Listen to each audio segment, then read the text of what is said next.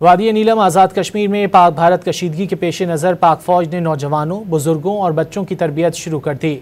भारत की जारहियत का मुंह तोड़ जवाब देने के लिए अफ़वाज पाकिस्तान के साथ कश्मीरी अवाम मुल्क का दिफा करने के लिए सरहद पर पहुँच कर जंगी तरबियत शुरू कर दी।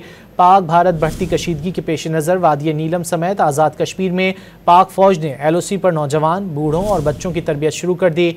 भारत की जारहियत का मुंह तोड़ जवाब देने के लिए अफ़वाज पाकिस्तान के साथ कश्मीरी अवाम मुल्क का दिफा करने के लिए सरहद पर पहुंचकर जंगी तरबियत शुरू कर दी।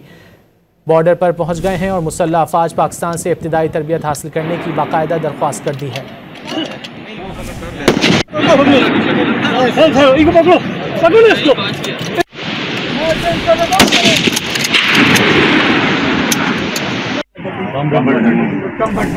पाक भारत बढ़ती कशीदगी के पेश नज़र वादी नीलम समेत आज़ाद कश्मीर में पाक फ़ौज ने LOC पर नौजवान, बूढ़ों और बच्चों की तरबियत शुरू कर दी।